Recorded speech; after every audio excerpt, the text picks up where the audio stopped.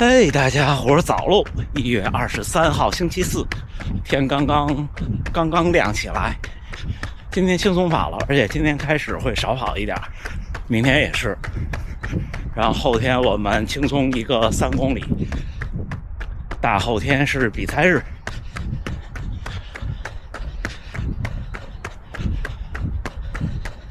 不知道从海外来参赛的小伙伴是不是这2天就来了？来了先玩玩。这几天天气不错，这几天变暖和了，也不刮大风了，看预报也没有雨。今天咱聊点什么呢？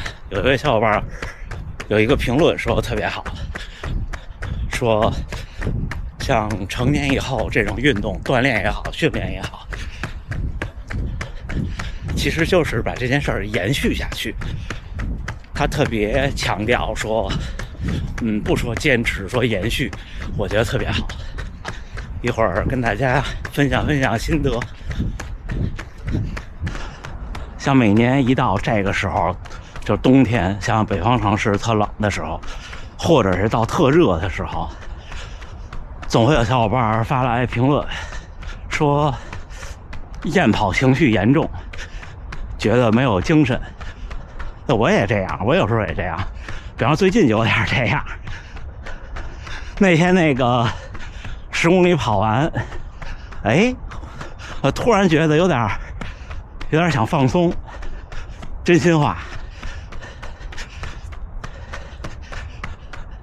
这就是人生物钟一个接一个。你这假期要来了，要放假了，春节了，大部分人可能这周到快周末应该就放假了。心态它就是会被周围东西影响的。刚才跟大和岩先生慢跑了一小段，还说这一到过节什么都不想干。真心话，我也这样，所以我才想到那位小伙伴的评论，就是这一事儿你想延续下去啊，你就不能永远就是怎么说，不能永远是一个特紧张的状态。当然这也分阶段，你看就刚开始跑步特认真的时候，你肯定是老是一个特紧张的阶段，当然慢慢就得调整，否则的话这个事儿就变得很难延续下去。因为这一事儿如果变成了从持续习惯变成坚持的话，那说明这个事儿对你来说就是负担了。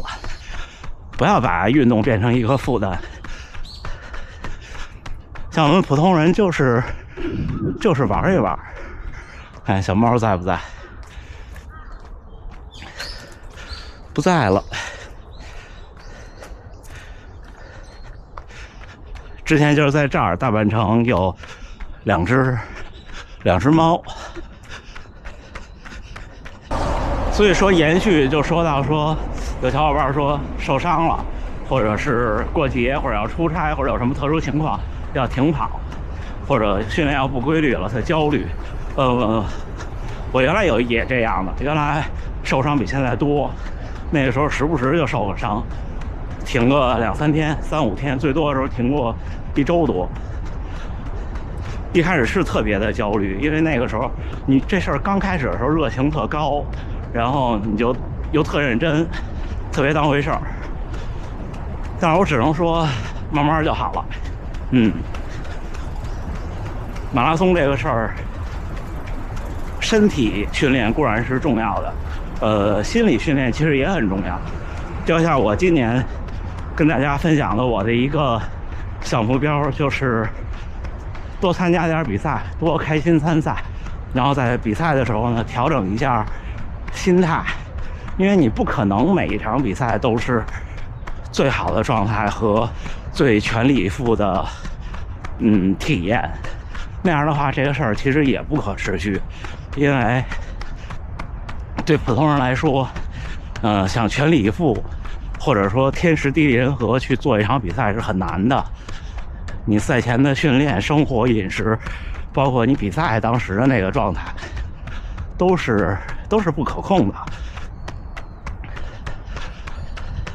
可是你们看，我从去年我就跟大家说，我想学习大河原先生，多参赛，然后把比赛变成不那么紧张，不那么是个事儿。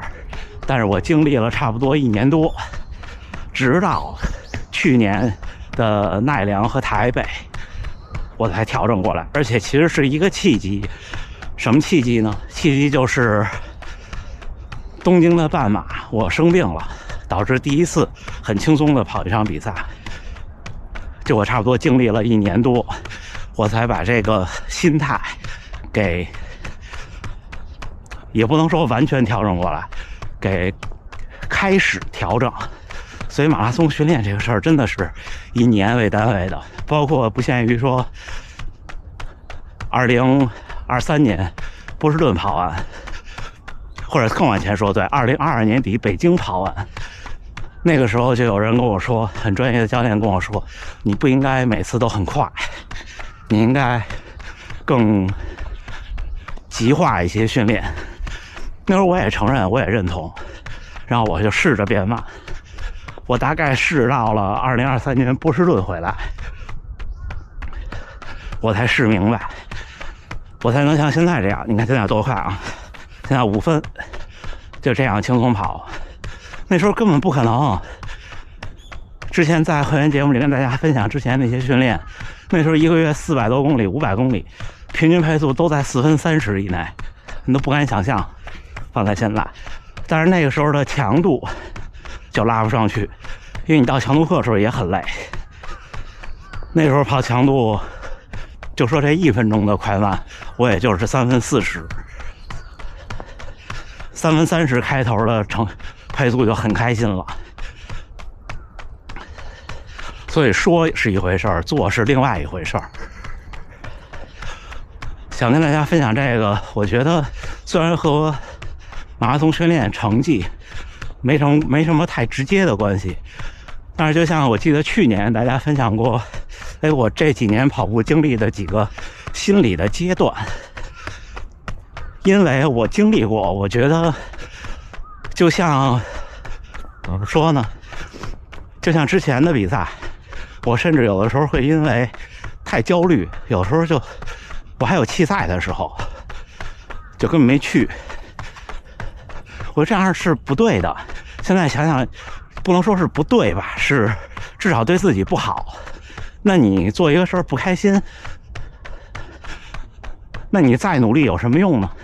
但是反过来想，努力才是让你不开心的原因，因为你努力做一个事儿，你就想让它更好。这是我经历过的，我觉得我现在已经经历过了，所以拿出来跟大家分享。因为我现实中认识的，然后咱们频道认识的各种跑步的朋友们，有很多其实会很长一段时间处在这个阶段。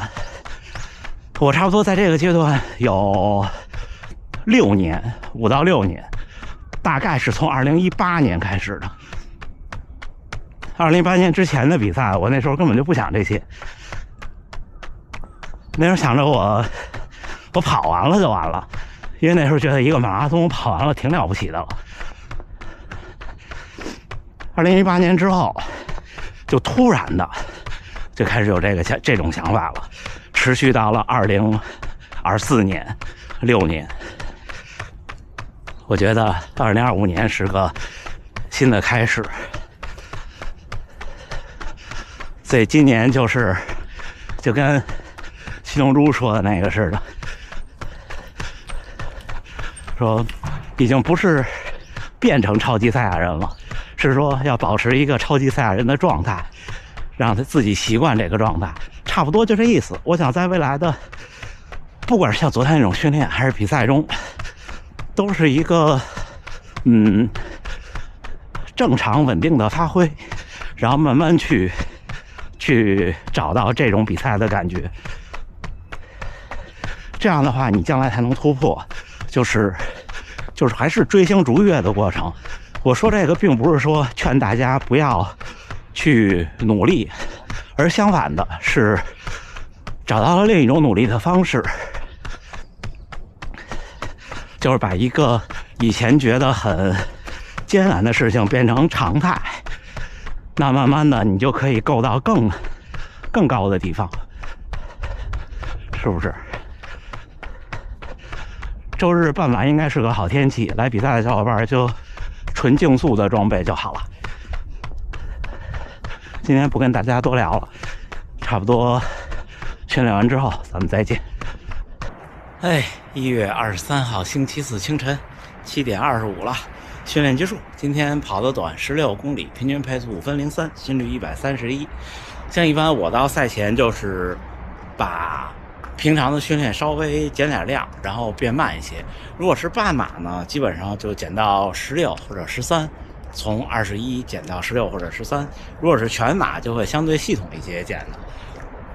就如果是目标赛事的话，如果不是目标赛事的话，大家看我奈良和台北之前，基本上就简单减一减。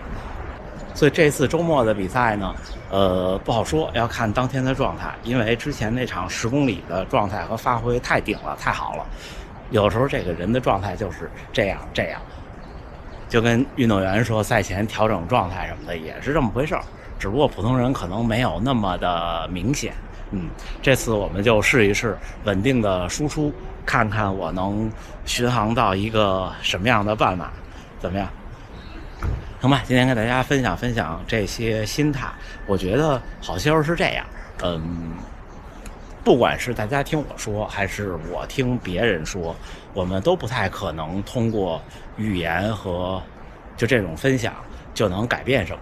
否则的话，那我们就永远都是在走上坡路了，就是永远都是在向上了。因为一代人听一代人的，我们不停的接受教育，对不对？那干嘛还要好多弯路每个人都走一遍呢？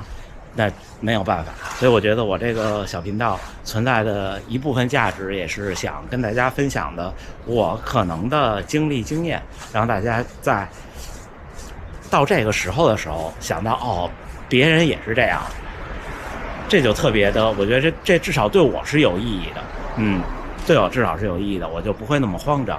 好，那这么着，这周六还是会有直播，因为这边时间下午好像是1点半领东西就开始了，然后直播是这边时间的2点半，所以应该是没问题的。我明天会发公告。最后还是祝大家能努力生活，健康平安，咱们明天再见。